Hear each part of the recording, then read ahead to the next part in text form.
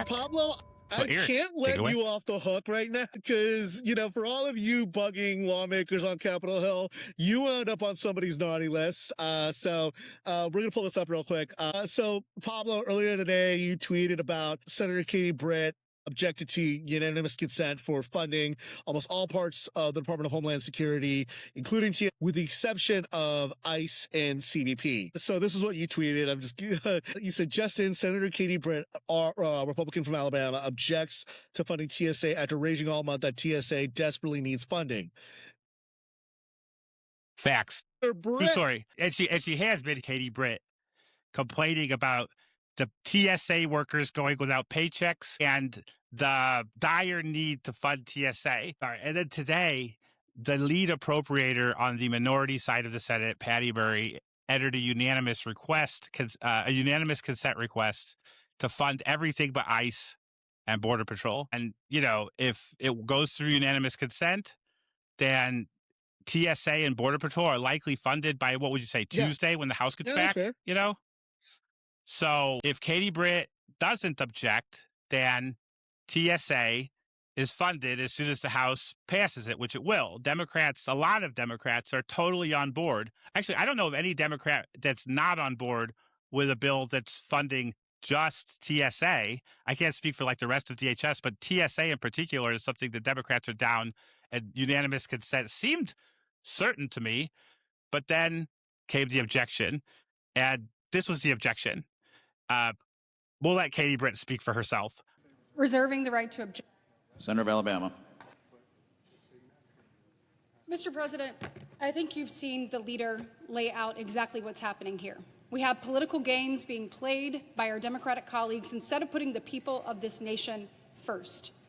Mr. President, what we've just seen put forth by the senator from Washington would effectively defund our law enforcement officers that are charged with keeping Americans safe. Look, we're not going back to the era of defund police. We're not doing it. It would also defund our Border Patrol, our customs protection. Look, catching and interdicting fentanyl has to be a top priority. Under the Biden administration, that was the leading cause of death between people ages 18 to 44. Under President Trump's leadership, fentanyl and overdose deaths are down over 24%. We're not going to go backwards. We're going to secure our border, we're going to enforce our laws, and we are going to stand with the people of this country. Mr. President, interestingly, what the senator from Washington has put forth actually undermines the people of her very state. Back in 2023, when the DHS bill passed out of committee, she had this to say: Washington's state economy depends on our ability to ensure goods and people can move through our ports and borders in an orderly and timely way. Our national security depends on the ability to do this while stopping threats like drug trafficking and fentanyl. This bill provides critical funding to stop the flow of fentanyl at its source at our borders and protect communities in Washington state and across our country. But today, she stands ready to defund the very people who make this happen. And take a look at what that would do, even in her home state. The land ports of entry are many. This is defunding the mission of the paycheck of the agriculture specialists at the Danville Port of Entry, working to stop the spread of disease and pests that are impacting our food supply. What she's standing here to do today is going to defund the mission of the officer at the Nighthawk Port of Entry, inspecting vehicles and cargo. What she stands here to do today is going to defund the import specialist at the Pacific Highway Port of Entry. She says, let's move forward without these people getting paychecks and missions, their mission funded. And today we say, no way. So yeah, that's Katie Britt. And to be clear, the law enforcement personnel that she's citing as her concern in her objection to the unanimous consent request to fund TSA and everything else in DHS is ICE. It's Border Patrol. It's the very elements of secret police America that sprung from the One Big Beautiful Bill Act that Americans have completely rejected. So here's a poll that went around today, right? From February 19th to February 23, they surveyed American voters, and the independent voter was the most interesting piece of it for me anyway, because while Democrats and Republicans definitely disagree on the essentiality of ICE and so on, right? Independent voters, people who don't trust either party on immigration, are demanding border security, and they are, by a 79% of them are completely done with ICE. They hate ICE. So the independent voter hates ICE. This is a narrative that Stephen Miller has lost. And what Katie Britt said on the Senate floor, the tweet that, we still haven't read yet, but to me, it just sounds like Stephen Miller, the sour grapes of Stephen Miller, just try and change the narrative or whatever. But people have seen what they do, and they don't feel safer, as Katie Britt would say on the Senate floor, with ICE and Border Patrol unchecked, in masks, unidentified, without warrants, terrorizing American communities. So that's the context of the tweet anyway. Okay, Eric, here's the tweet. Here's the tweet. Away. Justin, Open Borders advocate Pablo reports, once again misleads the public. Republicans are trying to fully fund DHS, which includes TSA. Democrats introduced a bill today to defund ICE and CBP, then rejected a continuing resolution to ensure TSA agents receive a paycheck. Democrats are still the party of defund the police, and we're not going back to Biden's failed anti-law enforcement and border policies. So everything in that statement is true, except that Democrats rejected the unanimous consent request. She literally objected to the unanimous. This isn't like a vibe. This is a Senate procedure. The objection is a Senate procedure, and Katie Britt's name is on that Senate procedure. So I want to interrupt you a little bit, because I think a lot of people, when they think of Katie Britt, they tend to think of the response to President Biden's State of the Union in 2024, where she did it from her kitchen. There was obviously that Saturday Night Live sketch, but I think a lot of people don't understand just how important. So what exactly is her role in the Republican majority, and why is it directly related to immigration? So Katie Britt is the Homeland Security appropriator on the Appropriations Committee. So the appropriators basically are the most powerful members of the Senate. They negotiate directly how your taxpayer money gets spent by the trillions, right? So Katie Britt has experience, and she's delivered to the MAGA agenda of mass deportations by being instrumental in the One Big Beautiful Bill Act and so on, but she's failed to read the room. Americans are not happy with ICE and Border Patrol. They're not happy with the One Big Beautiful Bill. Republicans know this because they stopped calling it the One Big Beautiful Bill and started calling it the Working Families Tax Cut Act, which is the most ridiculous misnomer in legislation that I've heard in a long time.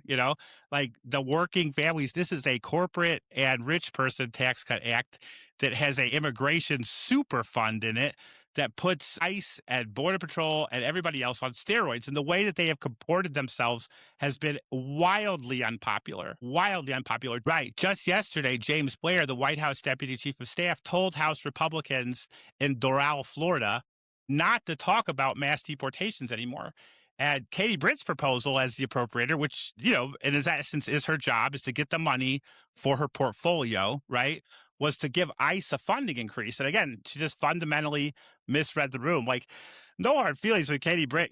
I think it's always funny when they call me an open borders advocate. I never visit the border. I don't think about the border. I know a lot of people think about the border, and I think it's a serious topic, but it's not something that's the top of my mind. If anything, I'm an amnesty hawk. I think about my illegal immigrant friends who have been here for their whole lives paying taxes and deserve to be fully regularized in their immigration status. So amnesty hawk next time, Senator Britt. Appreciate you. I also say this. This is another point I wanted to make before, we kind of wrap it up here. The millennial senators, very emotional. Like I feel like Gen X, the senators, the Ted Cruz's and so on of the Senate, you can ask a tough question. You could break a tough story, and the next day, no hard feelings, business as usual. But there are only two senators right now that won't talk to me, right? John Fetterman and Ruben Gallego. John Fetterman, because he felt profile I wrote of him in the New Republic was ableist.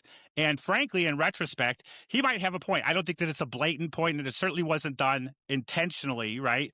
But okay, I got that. But Ruben Gallego doesn't like me and won't talk to me because I covered his support for the Lake and Riley Act, right? He was a progressive caucus chair in the House. Next thing you know, he's voting for mandatory custody of teenagers who shoplift just because of their immigration status. It's the most wild turnabout in this big story, and I covered the heck out of it. So I hope it's I hope it's nothing personal with Katie Britt. She and her husband, I think, are really nice people. We've talked about other bills a lot over the years, like the bill that she has for the shark bite, the shark bite legislation for an early warning system for sharks. Very cool stuff. And you met giant. Wesley, right? Literally, so Big Wesley. I think we need to put this in context. Katie Britt is she's shorter than me, and I'm a pretty short guy. Wesley Britt is, I believe, he played football for the University of Alabama. He played for the New England Patriots, and he is a humongous slab of a human being. And one of the interesting traits is that by virtue of that, she's actually become friends with John Fetterman. Yeah, don't Wesley Britt and John Fetterman have like a hoodie exchange or something like that? Something Didn't they tell us something like that a couple years ago? Again, in Katie Britt's defense, and I've said this before, she's one of the nicest people in the Senate. She's one of the first people to visit John Fetterman when he went to the hospital. And I think, and to the point what I've said, I feel like a lot of people underestimated her after the Saturday Night Live thing, because I think a lot of people know about Tommy Tuberville and a lot of the antics that he did, especially after he blocked general promotions and general confirmations. But I feel like Katie Britt serves a very important purpose, which is that whereas Stephen Miller is, let's be real, very off-putting on television, Katie Britt puts on, I guess you could say, a very positive face and a positive spin on the Trump administration, on the Trump administration's immigration policy. Plus, like, and even more importantly than that, she is the former chief of staff to Senator Richard Shelby. And I was always super impressed when I was in, was it Dauphin Island, Alabama, a couple years ago? Yes. Everything is named after Richard Shelby there. And I'm told that everything in the state is named after Richard Shelby. So, props to her. And, she's somebody who actually knows. She seems like an institutionalist. She certainly knows the Senate. But, at the same time, and this is real, right? No other appropriator has ever seen their portfolio singled out for a shutdown. I was asking some of our OG colleagues, and they couldn't think of any instance where a single portfolio in an appropriations package was singled out for a government shutdown. So as it stands, Katie Britt's track record as an appropriator is as one of the worst in modern memory, but she's going to be there for a long time. So it's not like, it's the end for Katie Britt. She's a failure forever. She's going to learn from this and come back stronger. I think, honestly, I've been thinking about this a lot. I think like Chris Murphy before her, like James Lankford before her, Katie Britt is now touching the immigration portfolio. And like everyone who's come before her is getting burned to the ground. She is getting totally crushed by it because the immigration portfolio is a deeply emotional portfolio with stakeholders that are miles apart, right? But she hasn't read the room well about where those stakeholders are and what stakeholders she's lost as a result of Stephen Miller's policies and Kristi Noem's implementation of those policies. If she wants any consolation about like what happens when you flop on immigration policy, you can she should look no further than Secretary of State Marco Rubio. He tried to pass an immigration bill a decade ago. It flopped. Now he's Secretary of State. So who knows? Katie Britt has nothing but potential. Her future is so bright. She's got to wear shades. I appreciate the tweet, Senator. I do, but I'm not an open borders advocate. I am an amnesty hawk. I don't think about the border. I don't really cover the border. Nothing in my reporting typically touches the border, but the immigration policy that deals directly with human beings is very much aligned with my Pope as a fellow Christian. And it's backing the illegals who've been here forever building this country and who deserve a break. They deserve an amnesty as far as I'm concerned. So thank you for your tweet. And, this is not your best showing as an appropriator, but it's also not going to be your last showing as an appropriator. You are going to do great. And like everyone who touched immigration before you, this is going to be one that will carry a sting. It'll carry a sting into it. Won't carry a stink. Like it'll carry a sting. Like you'll look back and wince and be like, damn, I got singled out as the appropriator for Homeland Security and shut the fuck down when I was a freshman in the Senate. That's what I think Katie Britt's going to be saying like a decade from now, okay. in my humble opinion. Thank you very much. Thank you, everybody, for tuning in.